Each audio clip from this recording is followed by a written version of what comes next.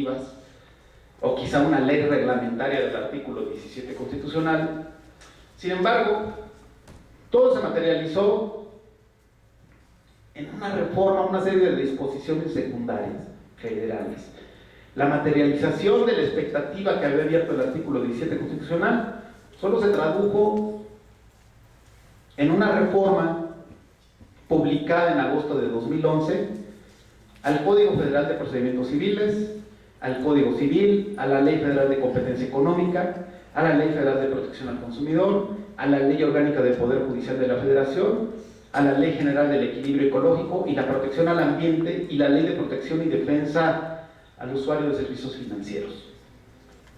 La gran reforma constitucional de la que se hablaba, al artículo 17 en el párrafo tercero sobre acciones colectivas, quedó chiquita en la práctica, en la aplicación de las leyes secundarias.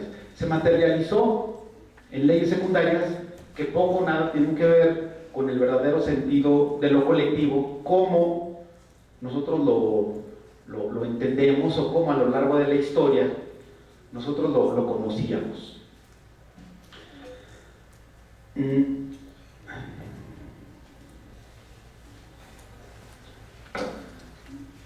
Así, por ejemplo, entonces queda circunscrito el ámbito de las acciones colectivas en la ley secundaria a los siguientes aspectos que son realmente nimios.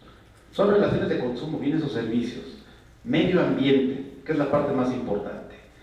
En otras palabras, son relaciones de consumo de bienes o servicios, públicos o privados, medio ambiente, protección al consumidor y protección a los usuarios de servicios financieros y competencia económica.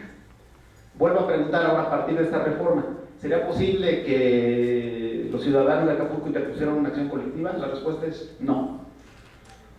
Los habitantes de otras partes del país que estaban de turistas en Acapulco durante las lluvias, ¿podrían interponer una acción colectiva? La respuesta es no, porque no está en ninguno de los supuestos que establece el Código de Procedimientos Civiles.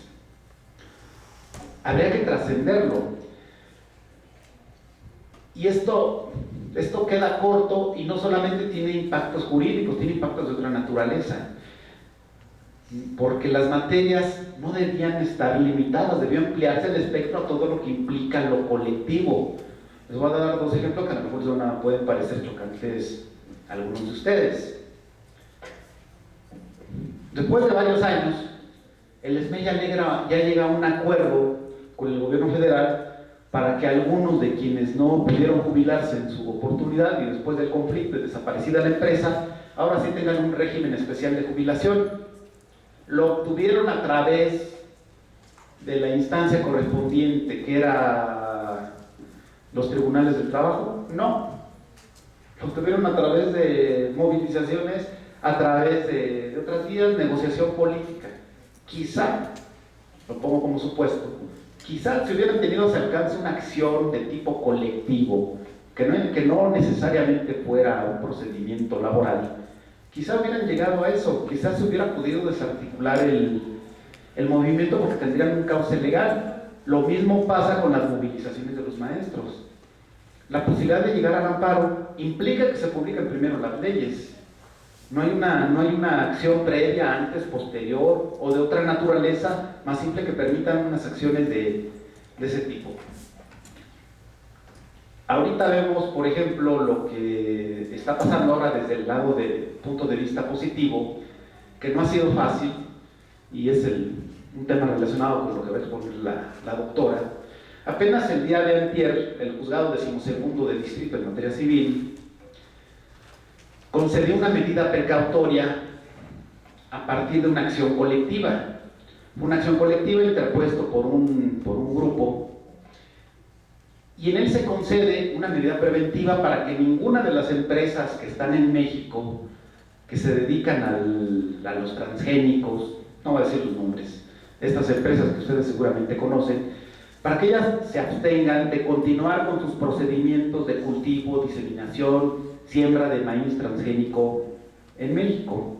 Es una acción que inició por ahí del mes de febrero, mes de marzo, que tuvo sus caminos tortuosos dentro del ámbito legal y que apenas antier se concede una medida preventiva para que se frenen las acciones de este tipo. Concretamente se señala Semarnat, se se señala a Zagarpa y le dicen: detente, no continúes con los procedimientos de otorgamiento de permisos a estas empresas. Y a las empresas tú también, detente.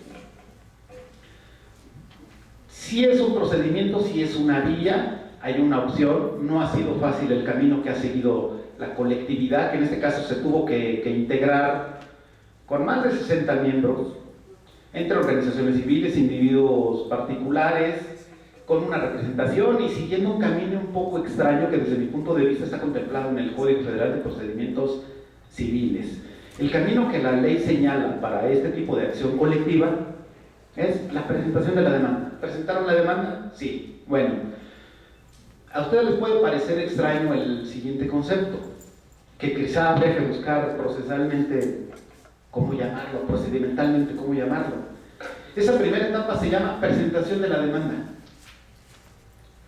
Como si la mera presentación de la demanda fuera un acto jurídicamente relevante. Si es relevante en tanto suspende un término, si es relevante en tanto marca el inicio de una acción, pero calificarlo como presentación de la demanda, que es un primer momento de una acción, pues casi equivale a la presentación en oficialía de partes. ¿Qué es lo que pasa ahí? Sigan los dos caminos, el de los actores, el de la parte actora colectiva y de los demandados. Para el actor, ahí se suspende, no se suspende, queda detenido el procedimiento. ¿Por qué?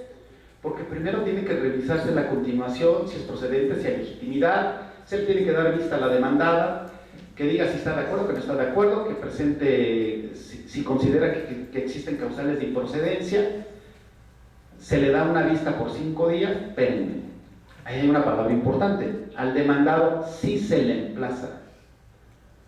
¿Qué es el emplazamiento? Hacerle del conocimiento de la demanda. Desde ese momento, 5 días después de que se da la presentación, la fase técnica de la presentación de la demanda, se le emplaza y el actor no puede hacer nada. Y el demandado ya tiene el conocimiento de la demanda durante 5 días y puede alegar y decir: es improcedente, como ocurrió en este caso. Y entonces, atendiendo las consideraciones de la parte demandada, el juez decretó el desechamiento, se interpuso una apelación ante un tribunal unitario. El tribunal unitario dijo: no, le asiste la razón a la colectividad demandante, se admite la demanda y posteriormente se acuerda sobre la medida preventiva solicitada desde el inicio. ¿Eso cuándo fue? Fue en febrero, fue en marzo, hace 6-7 meses. En todo ese tiempo, ¿qué pudo hacer el demandado? El actor, nada. La colectividad actora no pudo hacer nada. El demandado sí ha tenido tiempo de conocer la demanda, de preparar pruebas, de buscar cómo defender su actuación, porque a partir del emplazamiento ya la conocen, pero todavía no se dicta la admisión o el desechamiento. Hasta que se dictó la admisión, ahora sí corren los 15 días para el demandado para presentar la contestación. Y lo puedo ampliar. Como que no hay equilibrio procesal entre las partes, si es que son partes. Como que no hay equilibrio procesal en este procedimiento. Hay un sentido de inequidad respecto del actor. Bueno, y estamos en ese momento. ¿Qué va a pasar en el curso de este procedimiento que ahora nos sirve como ejemplo? Es muy interesante este ejemplo porque el fondo de esta demanda colectiva es señalar una violación a un derecho humano que deriva de acuerdos internacionales, de tratados internacionales, convenciones internacionales sobre la protección del maíz como alimento base de las comunidades en México. Es un alimento fundamental y como tal es un derecho humano protegido. Que si se viola este principio de derecho humano a la alimentación y protección del maíz, lo que va a pasar entonces es que se va a afectar el medio ambiente, que ese es tema relacionado con lo que va a exponer la doctora. Esa es la forma en la que esta organización, este colectivo, logró encajar la protección del maíz nativo de México como una acción colectiva, diciendo: este es un derecho humano, que si se viola mediante la introducción, adopción de transgénicos, se va a introducir a los cultivos mexicanos y entonces se va a afectar el medio ambiente. tuvo que argumentar ligar el medio ambiente. Por eso de origen el juez no entendió cómo era el concatenamiento entre el medio ambiente con la detención del transgénico. Ahí yo les quiero resaltar, estamos hablando de la Ciudad de México, de tribunales que tenemos especializados en distintas materias, tenemos de procesos civiles federales, de amparo federales, de penales, tenemos materia laboral, tenemos todas las materias.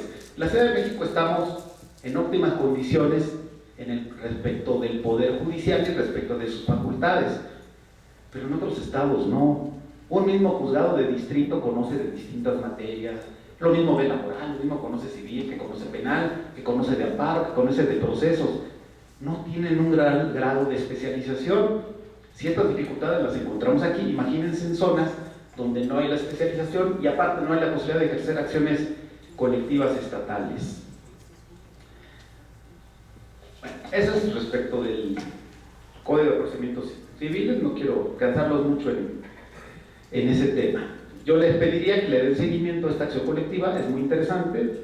Desde mi punto de vista, desde que se reformó el 17 constitucional y se hicieron las adecuaciones a las leyes secundarias, yo creo que es el caso de más alto impacto, y así como el caso Radilla fue paradigmático para la determinación de los derechos humanos, este caso, impulsado por una asociación llamada Semillas de Maíz, también yo creo que va a ser paradigmático en el ámbito de las acciones colectivas en México. Ahora, asimismo, de manera paralela a la introducción de estas reformas en las leyes secundarias en materia de acciones colectivas, también se da la reforma en la ley de amparo, que yo creo que tiene más virtudes, más bondades que la reforma limitada de acciones colectivas. ¿Por qué? Porque se establece la figura del interés legítimo, que desde mi punto de vista es la introducción, la novedad más relevante en la reforma constitucional en materia de amparo y en la nueva ley de amparo. Muchos hablan de las declaratorias generales de inconstitucionalidad como la gran reforma. Yo no la veo así. La declaratoria general de inconstitucionalidad, que a lo mejor tendería a proteger a la colectividad, en el camino va a ser muy tortuoso llegar a una. Yo quiero ver cuándo vamos a llegar a la primera declaratoria. ¿Por qué? Porque toda la jurisprudencia anterior borró mi cuenta nueva. ¿Por qué? Porque tiene que haber una mayoría de ministros. ¿Por qué? Porque primero se tiene que dar aviso a la autoridad responsable. ¿Por qué? Porque tengo que superar una serie de obstáculos que en la práctica yo quiero ver cuándo se va a dar la primera declaratoria. Porque además me acotan la materia fiscal. Ahorita que está en boga el tema de la reforma financiera, hacendaria, pues bien nos caería una declaratoria general en materia fiscal, pero creo que no es el caso. De entrada, porque la Constitución lo restringe, no va a haber declaratorias en materia fiscal. Y en otras materias es un camino muy largo. Tiene que empezarse a andar de nuevo las jurisprudencias, que además tienen que ser jurisprudencias por reiteración, no caben las jurisprudencias por contradicción. Y cuando al final se llega al pleno de la Corte y se discute, tiene que haber una mayoría de 8 ministros. Va a ser muy difícil. En cambio, yo les pido que desvíen su mirada hacia el interés legítimo. Este sí es un cambio trascendental en los muchos años de historia del amparo. El interés legítimo es diferente del interés jurídico que anteriormente se manejaba. Prevalecía una visión parcial, una visión, bueno, de mucha técnica jurídica, pero donde yo tenía que demostrar la existencia de un interés jurídico, donde yo soy el titular de un derecho que está contenido en una ley, y yo tengo la posibilidad de ejercitarlo ante alguien y que este alguien tiene la posibilidad de responderme. Sí, pero esto no pasa en el interés legítimo, no necesariamente. Frente a obligaciones que tiene el Estado, y yo no soy titular de un derecho frente a esa obligación que tiene el Estado, yo no tenía interés jurídico. Si yo intentaba un amparo contra una obligación del Estado porque el Estado no incumplía, me desecharon mi demanda de amparo. No acreditas el interés jurídico. Ahora es distinto, porque lo que prevalece, lo que se contiene, es el interés legítimo.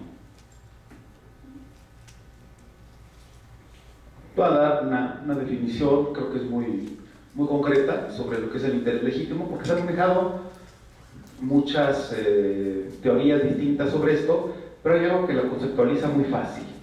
El interés legítimo es una legitimación intermedia entre el interés jurídico y el interés simple. Se ha desenvuelto preferentemente en el derecho administrativo y parte de la base de que existen normas que imponen una conducta obligatoria de la administración. Pero tal obligación no se corresponde con el derecho subjetivo de que sean titulares determinados particulares. Así, el interés legítimo supone un interés cualificado respecto a la legalidad de determinados actos administrativos, que podemos entender en otro tipo de actos. Y al respecto, el ministro Saldívar comenta en un libro previo a la entrada en vigor de la nueva ley de amparo, que se prefirió referir el interés legítimo porque la defensa de los intereses difusos o colectivos en el mundo presenta distintas formas de protección, y también se prefirió porque es un juicio de control constitucional y la protección de los intereses difusos o colectivos no siempre es un problema de constitucionalidad. Bueno, aquí lo que nos quiere decir el ministro Saldívar es que el interés legítimo es una figura que comprende tanto lo individual como lo colectivo y que dada su amplitud podemos acudir a ella sin pasar por las formalidades de un procedimiento civil, siempre y cuando existe el presupuesto constitucional de la procedencia del amparo, la violación a una norma general, un derecho humano o hay una omisión de autoridad. Para concluir, quisiera decirles que la reforma en las leyes secundarias a las acciones colectivas se quedó muy corta. Se olvidaron de otros intereses. No solamente hay intereses patrimoniales, como lo apunta las leyes secundarias, no solamente hay intereses patrimoniales en bienes, servicios, también hay bienes culturales, estéticos, de salud, bienes como el agua, el aire, que no están en el comercio, las semillas de cultivos tradicionales, las áreas naturales protegidas, la biodiversidad, en tanto son bienes comunes, los asentamientos humanos, el urbanismo, las tradiciones, el patrimonio histórico, los derechos de autor, la propiedad intelectual, la economía nacional, el desarrollo, la seguridad pública, la discriminación y la atención a los grupos vulnerables. Son derechos que no están reflejados en las acciones colectivas. La reflexión final que hago es que sí, ya transitamos, ya dimos un pequeño pasito, pero es demasiado mínimo.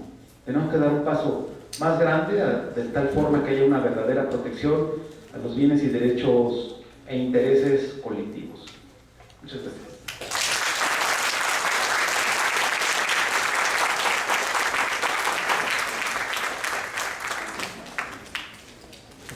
Quiero darle las gracias al licenciado maestro Urieta Tufiño.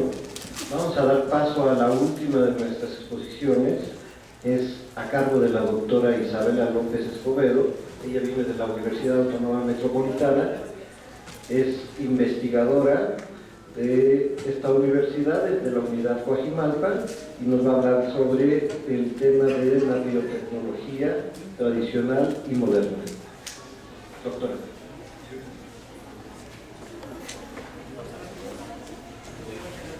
Buenas tardes. Agradezco mucho la invitación de la Universidad Autónoma Nacional de México y a la Facultad de Derecho por darme la oportunidad de presentar este tema. Voy a retomar la presentación en 5 puntos, hablando del tema de biotecnología moderna y biotecnología tradicional, que tiene que ver justamente con cuestiones que, retomando lo que decía el maestro anteriormente, no siempre tiene que ver con un problema de constitucionalidad y sobre todo vemos que temas como la cuestión de maíz transgénico y maíz nativos tienen que ver no solamente con temas que están dentro de la lógica neoliberal, dentro de la lógica dentro de la lógica economicista, y que tenemos objetos de estudio como este, que es el maíz nativo, que tiene que ver con bienes patrimoniales que son planteados como el conocimiento tradicional, basados en una identidad, en una ideología cultural que nos reconoce México a nivel internacional. Entonces, bueno, cuando yo empecé a generar la investigación sobre conocimiento tradicional y el objeto de estudio se convirtió en el maíz nativo, uno se da cuenta como investigador que no puede retomar un objeto de estudio sin focalizarte en un tema multidisciplinario. Estoy hablando de que, bueno, mi base fundamental de conocimiento es economía, pero cuando tú analizas un objeto de estudio tienes que tener una apertura constructivista para obtener un análisis de una realidad concreta como lo es el maíz nativo. ¿De qué estoy hablando? Que a partir del análisis del maíz nativo, lo que tú te das cuenta es que desde el enfoque institucional, que es el enfoque que he retomado yo para hacer este análisis, tienes que hacer un análisis de la historia de los actores, de sus relaciones, hablando de las normas, de la ley y las reglas que están implícitas para que ese tipo de conocimientos y para que la preservación de estos maíces nativos se lleve a cabo. Y eso tiene que ver con una realidad concreta y tenemos que hacer un análisis de la historia, pero la historia no como una narración, sino como un proceso explicativo que nos permite entender cómo un objeto de estudio está coevolucionando en dos contextos totalmente diferentes. Voy a abordar el tema en 5 puntos. Les voy a hablar sobre esta disyuntiva que hay entre el objeto de estudio, por qué retomar el enfoque institucional para analizarlo, una visión pragmática muy breve. En 4 voy a hablar sobre lo que tiene que ver con la parte normatividad, que está aislada justamente por no analizar el estudio de una realidad concreta de cómo se deben de gestionar este tipo de conocimientos. Y al final, algo que en mi investigación yo he denominado la paradoja del maíz transgénico, que es muy interesante para entender por qué es relevante desde una perspectiva normativa entender esas realidades concretas. Entonces, en primer lugar, cuando estamos haciendo un análisis de variedades de maíz nativo o variedades criollas, a nivel del tipo de conocimiento, debemos de reconocer que estamos hablando de dos entornos muy distintos para generar ese recurso genético. Tiene que ver con la biotecnología moderna y la biotecnología tradicional. Una se está dando dentro de un contexto económico y la otra se está dando dentro de un contexto social. Eso es sumamente fundamental considerarlo. No podemos analizar un objeto de estudio en contextos semejantes, o que en cada contexto sea una lógica diferente, que tiene que ver justamente con el tipo de actores, sus relaciones, las reglas y el tipo de conocimientos que se están generando. En ese sentido, cuando vemos un objeto de estudio como los maíces nativos y analizamos el contexto económico, estamos hablando de que en el contexto económico la gestión del conocimiento se genera a través de una unidad de análisis que es la empresa. Sin embargo, el conocimiento tradicional se analiza desde una unidad de análisis que es la comunidad indígena. En cada una, la significatividad del mismo objeto de estudio, que es el maíz tradicional, tiene un enfoque totalmente diferente. Por tanto, su gestión tiene que ser considerada distinta. En ese sentido, estamos hablando de manera pragmática que el análisis del maíz transgénico y el maíz criollo tiene que verse bajo estas dos entidades distintas. ¿Por qué? Porque la empresa, desde el contexto económico, está analizando el conocimiento tradicional bajo el cual se está preservando este tipo de recurso genético, bajo una lógica de la maximización de la ganancia. Pero la unidad de análisis desde el entorno social, que es la comunidad indígena, está generando una condición de subsistencia a través de este tipo de conocimientos. Otro punto importante es que desde la unidad de análisis económica se está generando una explotación del recurso genético, pero dentro de la unidad social, es decir, la comunidad indígena, hay una conciencia no de la explotación de recursos, sino de la preservación de los recursos genéticos. Otro punto importante es que desde la unidad de análisis, que es la empresa, el conocimiento está siendo gestionado desde su valor económico. En este sentido, la gestión del conocimiento trasciende a generar una condición de su dimensión tácita a una explícita, para que este recurso, que es el conocimiento, tenga un sentido. ¿Y cómo tiene sentido para la organización del conocimiento? Visto desde una mercancía. ¿Por qué? Pues porque entra la lógica de la producción, que es el mercado, en donde estos recursos genéticos se han tornado hacia la visión de la biotecnología moderna, que está basada en procesos y procedimientos en ciencia y tecnología. Sin embargo, desde el punto de vista de la comunidad indígena y el sujeto social, el recurso genético, que estamos hablando del maíz criollo, tiene que ver con una lógica en la que el valor del conocimiento más que el valor económico es el valor social, y la condición tácita de ese conocimiento no interesa tanto para convertir una variedad criolla en una mercancía y comercializarla y obtener una ganancia, sino que por el otro lado el valor social tiene una lógica de integración. Las comunidades indígenas a las que yo he asistido, el recurso genético y participar en la agricultura representa una forma de integrarse al grupo, de tener un reconocimiento, y ese reconocimiento lo da el conocimiento tradicional.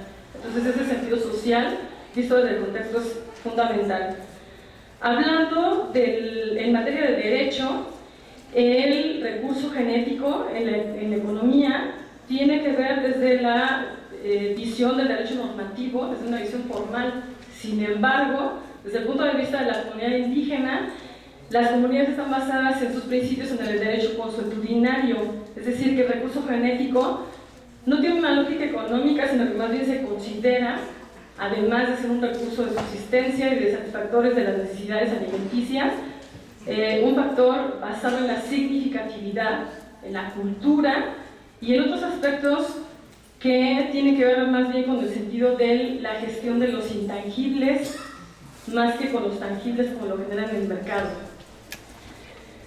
Pasando al cuarto punto, que tiene que ver en materia de derecho, cuando se hace un análisis de los maíces de variedades transgénicas y haces un análisis de la ley, me voy a remitir solamente a dos mecanismos institucionales que tienen que ver con la ley de organismos genéticamente modificados, que es la ley Biogem, y en esta ley algo retomaba el maestro Tufiño, que tiene que ver con entidades transnacionales que tienen justamente esta lógica distinta a la realidad concreta donde se está produciendo este tipo de conocimiento tradicional, y están solicitando permisos para generar programas piloto de pruebas con organismos genéticamente modificados en el contexto local, sin considerar las políticas locales que esa difusión de otros productos genéticos en el país generan contaminación.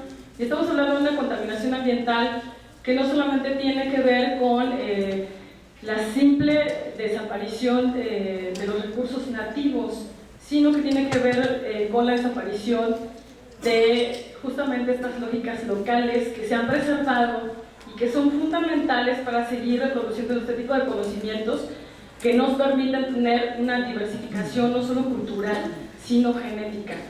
El hecho de que se sigan preservando en el país cerca de más de 60 variedades de maíces criollas, significa también que tenemos una diversificación nutritiva, proteínica en estos recursos, y además cada uno de ellos está basado en una lógica